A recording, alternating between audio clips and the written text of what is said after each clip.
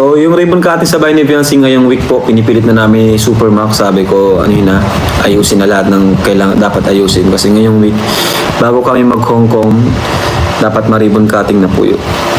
Makalipat na sila, Fiancé.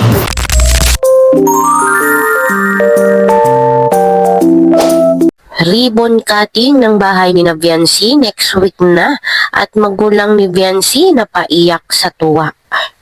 Yan po ang ating pag-uusapan ngayong araw, pero bago po ang lahat, mega love shoutout sa ating mga listeners, viewers, and subscribers, lalo na po sa ating mga kababayang OFW. Kamusta po kayo mga kalingap? At kung bago ka pa lang sa aking munting YouTube channel, huwag ka nang mayang mag-subscribe, like, share, and comment. Huwag mo na rin kalimutang i-click ang notification bell nang sa ganon ay updated ka sa aking mga paparating na video. At syempre, patuloy po nating suportahan sina Kalingap Rab at ang ating ama ng Kalingap, ang nag-iisang founder, si Kuya Val Santos Matubang. Kung maaari po ay no skip ads, nang sa ganon ay mas marami pa tayong malingap na nangangailangan. At konting paunawa po, kung maaari ay tapusin niyo muna ang kabuoang video, nang sa ganon ay akma ang inyong mga komento. Yun na nga po mga kalingap, narinig naman po natin mismo galing kay Kalingap Rab na ang ribbon cutting or paglipat ni Fiancé ay ngayong week. Pero ipagpalagay na po natin na next week na yung lipat ni Fiancé. Alam naman po natin na medyo gagahulin pa sila sa oras.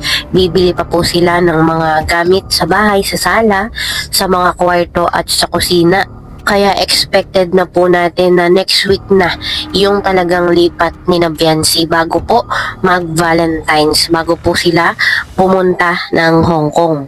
And speaking of Hong Kong, ay nabanggit po ni Kalingap Rab na ngayon pa nga lang po malalaman ngayong araw kung makakasama ba talaga si Fiancé sa kanilang trip to Hong Kong. At nasa kamay nga po ni Ate Edna kung mapapapayag niya yung mga teacher ni Fiancé. So hoping makasama sana si Fiancé dahil ito ay kanyang pangarap na makapunta ng Disneyland sa Hong Kong.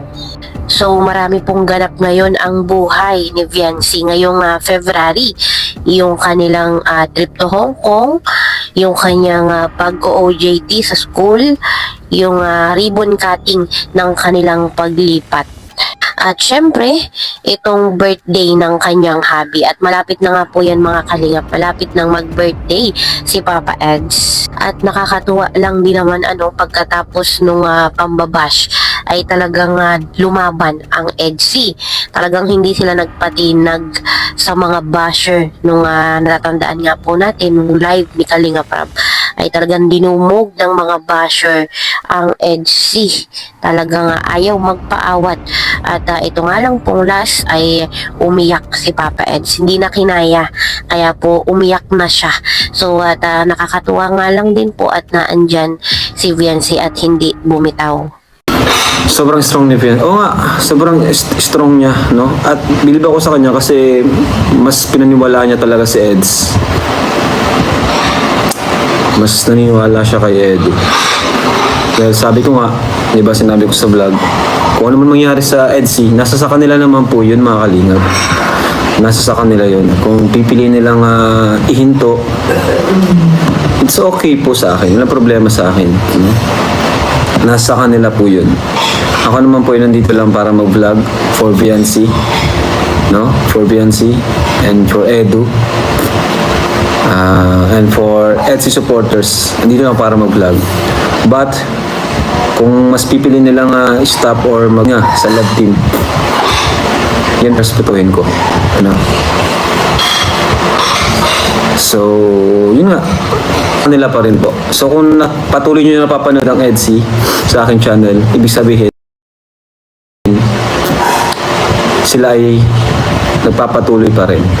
Ganun lang po kasimple. Hanggat napapanood nyo po yung EDC sa aking channel, sila ay tuloy-tuloy pa rin. Silang dalawa. Ano po? Kasi kung may something yung dalawa, kung may sabihin natin may problema silang dalawa, hindi nyo na po papanood yan sa vlog ko na magkasama. Diba? Kaya nasa kanila po yun.